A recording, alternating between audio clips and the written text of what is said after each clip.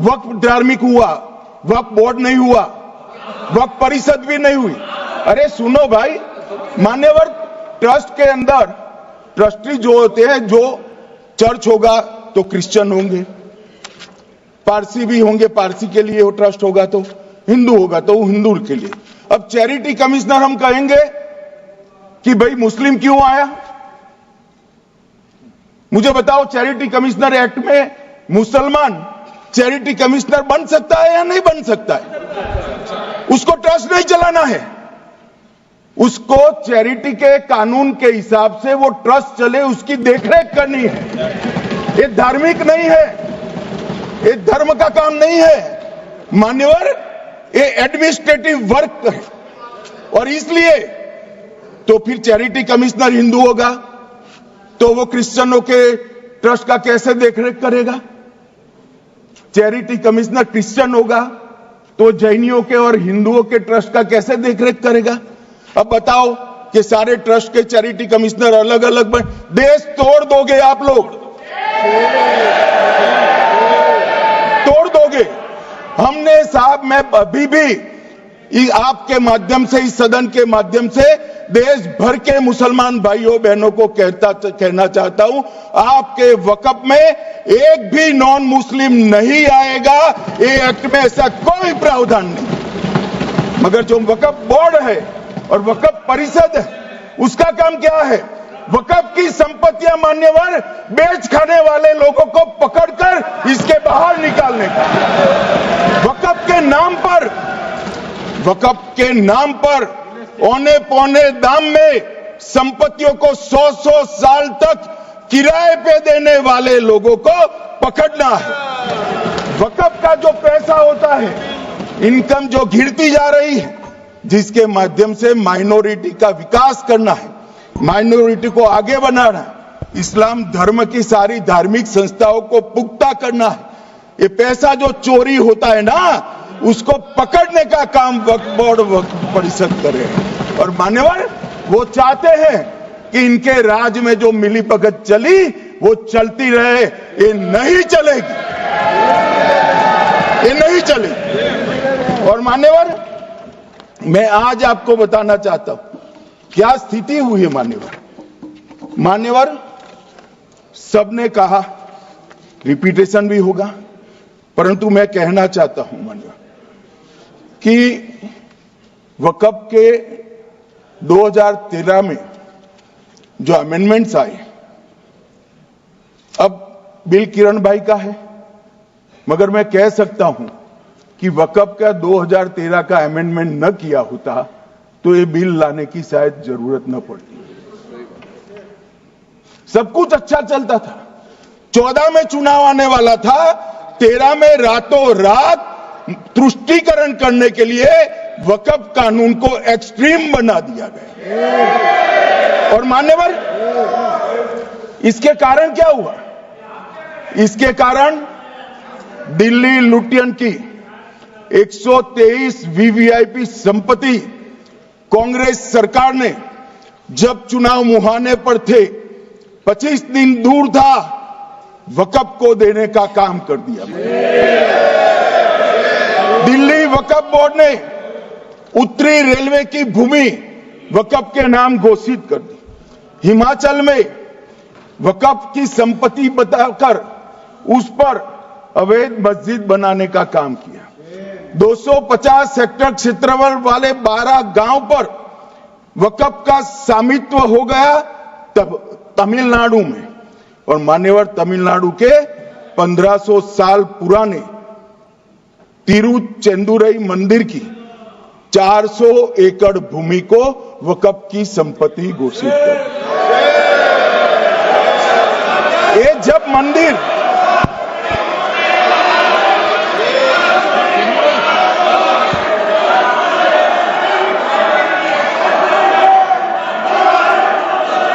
आपको मौका मिले जब अपनी बात कह देना, प्लीज बैठिए।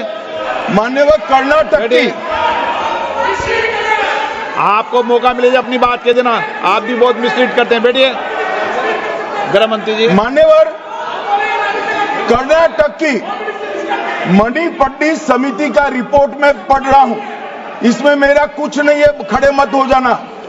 ये मणिपट्टी समिति का रिपोर्ट है। 29,000 एकड़ भूमि वक्फ की बिजनेस के उपयोग के लिए किराए पर दे दी। मान्यवर, 2001 से 12 के बीच 2 लाख करोड़ की वक्फ की संपत्ति निजी संस्थानों को हस्तांतरित कर दी 100 साल की लीज पर। मान्यवर, बेंगलुरु में उच्च न्यायालय में बीच में पड़ना पड़ा। 602 एकड़ भूमि को जब्त करने से रोकना पड़ा। विजयपुर कर्नाटक के होनवाड़ गांव की 1500 एकड़ भूमि पर दावा कर उसको विवाद में डाला और 500 करोड़ की संपत्ति जिस भूमि का मूल्य है वहां 5 स्टार होटल को महीने 12,000 रुपए के किराए से दे दी। अब मान्यवर ये कहते हैं कि इसका हिसाब किताब न करो, इसकी देखरेख न करो।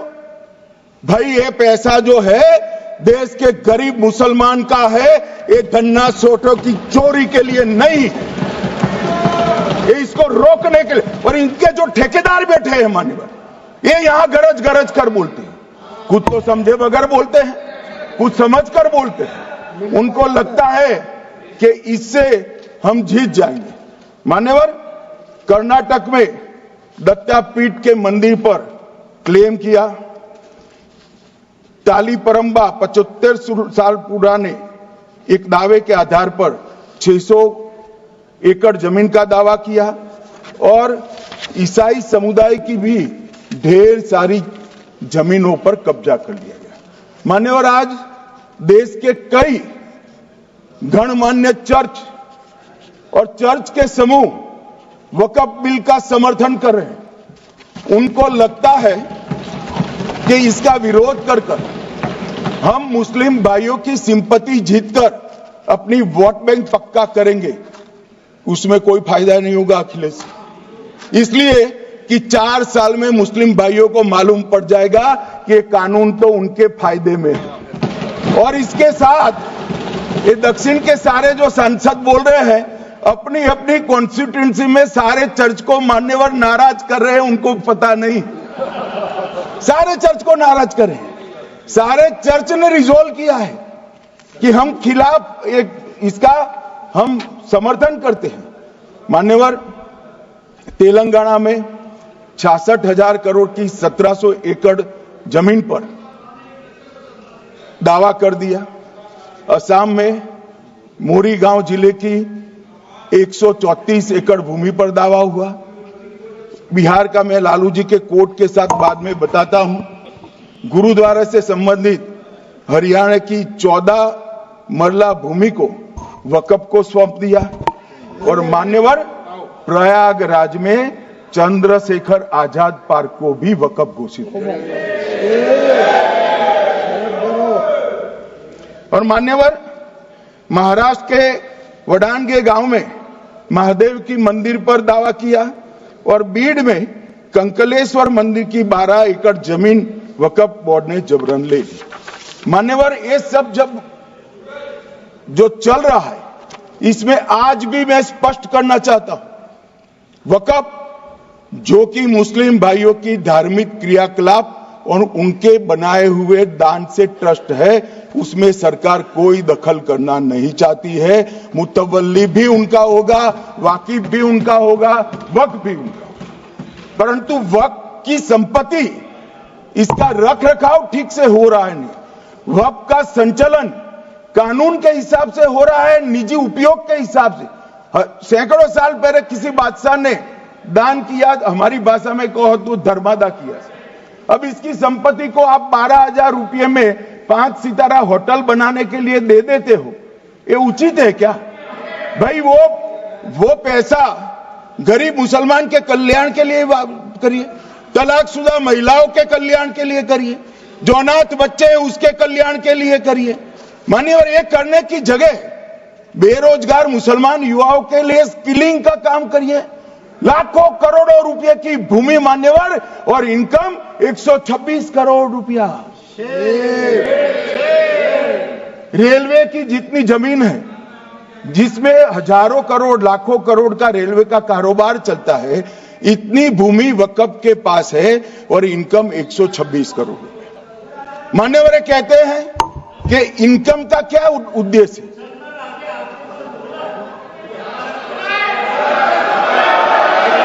बैठ जाओ।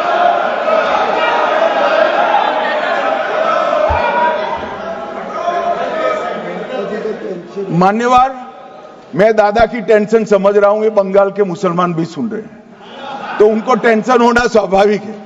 मान्यवर, लालू प्रसाद जी, आज आरजेडी के सारे सदस्य बोले, जब 2013 का अमेंडमेंट आया, मैं लालू जी का तो पूरा पढ़ना चाहता हूं, बाकी सदस्यों का सिर्फ टोकन पढ़ूंगा। लालू जी ने क्या कहा? मैडम, सरकार जो यह संशोधन विधेयक पेश किया है, सरकार की पहल का हम स्वागत करते हैं। शाहनवाज हुसैन जी और अन्य माननीय सदस्यों ने अपनी बातों को यहां रखा, मैं उसका समर्थन करता हूं। आप देखिए, सारी जमीनें हड़प ली गई है, चाहे सरकारी हो या गैर सरकारी। वक्फ बोर्ड में जो काम करने वाले लोग हैं, उनके द्वारा सारी प्राइम लैंड को बेच दिया गया है।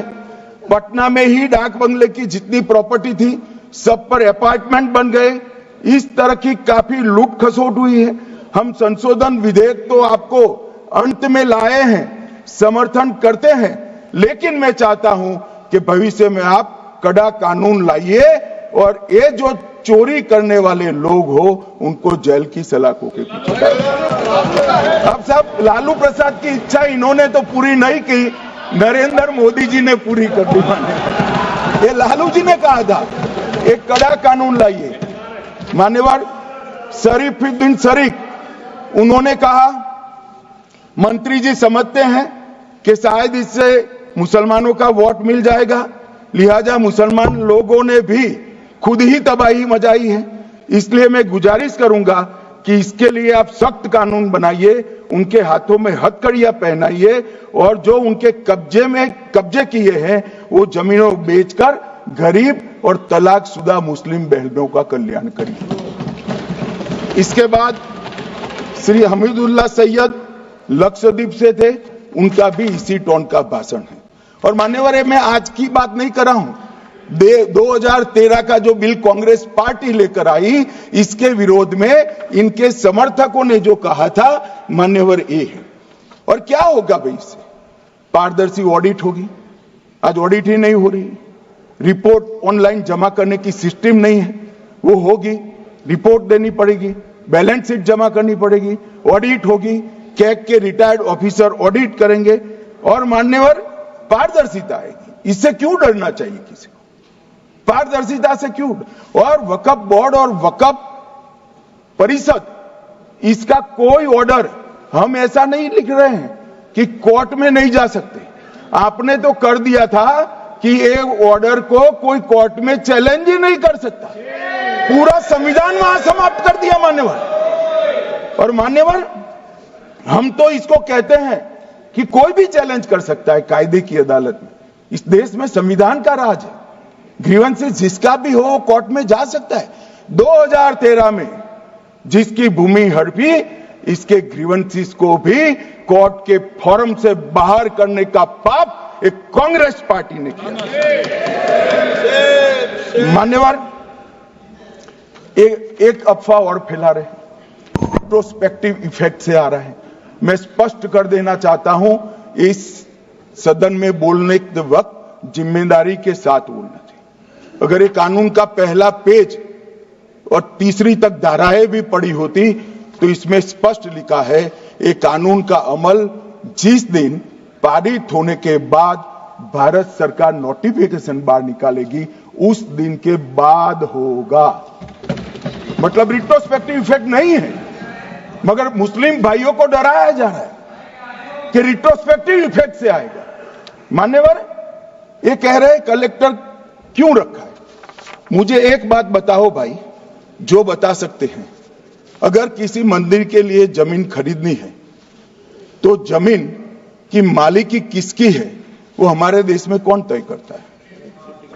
सबको मालूम है कलेक्टर करता है सर, रेवेन्यू ऑफिसर वही है। तो अगर वक्फ की भूमि जो वक्फ कर रहा है उसकी है या नहीं है, इसकी जांच कलेक्टर करे तो इसमें आपत्ति क्या है? वक्फ तो दान है भाई, और दान अपनी संपत्ति का किया जा सकता है, किसी और की संपत्ति का नहीं किया जा सकता। गांव में कोई बेचारा अमेरिका गया है 4 महीने पढ़ने के लिए, घूमने के लिए आता है तो कि वक्फ घोषित हो गया। कोई कारोबार करने के लिए दिल्ली आता है तो कि वक्फ घोषित हो गया। अरे ऐसे नहीं होता भाई, कलेक्टर को पूछना पड़ेगा सरकारी संपत्ति है या नहीं है, इसकी जांच करनी चाहिए या नहीं करनी चाहिए। ढेर सारे मंदिर बनते हैं, बने भी है, बनेंगे भी, ढेर सारे चर्च बने हैं, गुरुद्वारे बने हैं, सरकारी संपत्ति पर बन सकते हैं क्या? नहीं बन सकते मान्यवर। जहां वक्फ की घोषणा होती है वो भूमि सरकारी है या नहीं है वो सत्यापित करना ही चाहिए, और कलेक्टर के अलावे इसको कोई सत्यापित नहीं। मान्यवर, इन्होंने मैंने पहले भी बताया मान्यवर, कोर्ट को भी रास्ते से निकाल दिया। मैं बाद में बात करता हूं मान्यवर, ये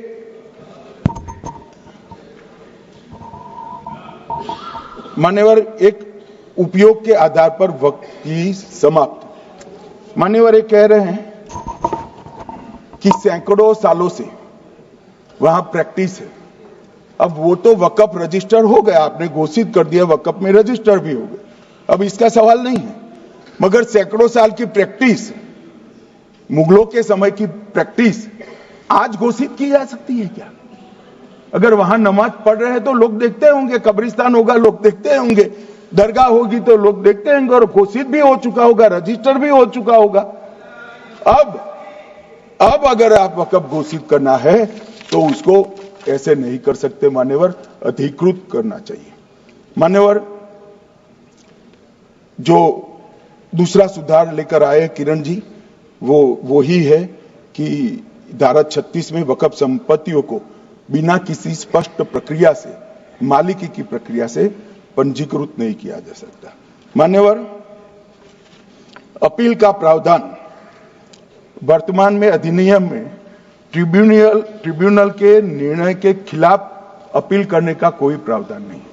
ये दृष्टिभ्रम खड़ा कर रहे थे गोगाई जी कि हाईकोर्ट में जा सकते, हाईकोर्ट में सिविल सूट नहीं जा सकता, रीट के अधिकारों का उपयोग कर हाईकोर्ट में जा सकते हैं। सिविल सूट में ज्यादा प्रोटेक्शन मिलता है मूल मालिक को, आपने सिविल सूट को खत्म कर दिया था। रीट के जुडिक्शन बहुत सीमित है, हम सब जानते हैं कि ये सीमित कर दिया गया था, आप भी जानते हो, मगर आपको वोट बैंक चाहिए। मान्यवर, ये हमारा स्पष्ट सिद्धांत है भारतीय जनता पार्टी की, मोदी सरकार का, कि वोट बैंक के लिए हम कोई कानून नहीं लाए। कानून न्याय के लिए होता है, कानून लोगों के कल्याण के लिए होता है। इन्होंने कहा कैसे कैसे कानून आए हैं, मैं बता देता हूं सब। अभी कांग्रेस के महासचिव और माननीय सदस्य कह रहे थे क्या कानून आ रहे हैं सब, किस प्रकार के कानून आ रहे हैं।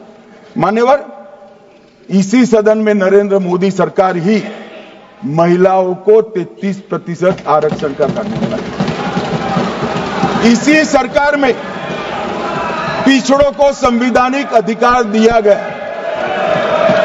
मान्यवर, इसी सरकार में बजट जो आए, इसमें गरीबों को गैस, शौचालय, पानी, 5 लाख तक का बीमा, 5 किलो अनाज, बिजली और घर दिए गए।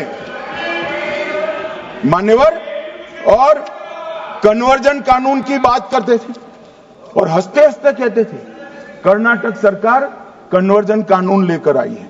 सबसे पहला कन्वर्जन कानून उड़ीसा और मध्य प्रदेश में कांग्रेस सरकार लेकर आई, मगर उस वक्त कांग्रेस सरकार तुष्टीकरण की नीति पर नहीं चलती थी, महात्मा गांधी के सिद्धांतों पर चलती थी। मध्य प्रदेश और उड़ीसा में सबसे पहला कन्वर्जन के खिलाफ कानून कोई लाए तो कांग्रेस पार्टी लाई, और मुझे गर्व है मेरी पार्टी की सरकारें कन्वर्जन पर कानून लाती। मान्यवर, सबको अपना धर्म का अनुसरण करने का अधिकार है, कोई शौक से करे, मगर लोभ, लालच, भय, इससे धर्म परिवर्तन नहीं कराया जा सकता। किसी गरीब के पास खाना नहीं है, खाना देकर उसका धर्म बदला दोगे? कोई थोड़ा कम पढ़ा लिखा व्यक्ति है, उसका धर्म बदला दोगे? ऐसे नहीं होगा मान्यवर। और आपने भी किए हैं कानून, आप नए नए आए हो, आपको मालूम नहीं है मान्यवर, इनको मालूम नहीं, अभी अभी आए हैं 5 साल से। ಟಿವಿ ವಿಕ್ರಮ, ದೇಶ ನಿಮ್ಮ ಕೈಯಲ್ಲಿ. ಈ ಕಾರ್ಯಕ್ರಮ ನಿಮಗೆ ಇಷ್ಟ ಆಗಿದ್ದಲ್ಲಿ ಲೈಕ್, ಶೇರ್ ಹಾಗೂ ಕಮೆಂಟ್ ಮಾಡಿ. ಟಿವಿ ವಿಕ್ರಮದ ಕಾರ್ಯಕ್ರಮಗಳನ್ನು ನಿರಂತರವಾಗಿ ವೀಕ್ಷಿಸಲು ಸಬ್ಸ್ಕ್ರೈಬ್ ಮಾಡಿ, ಬೆಲ್ ಐಕನ್ ಒತ್ತಿ.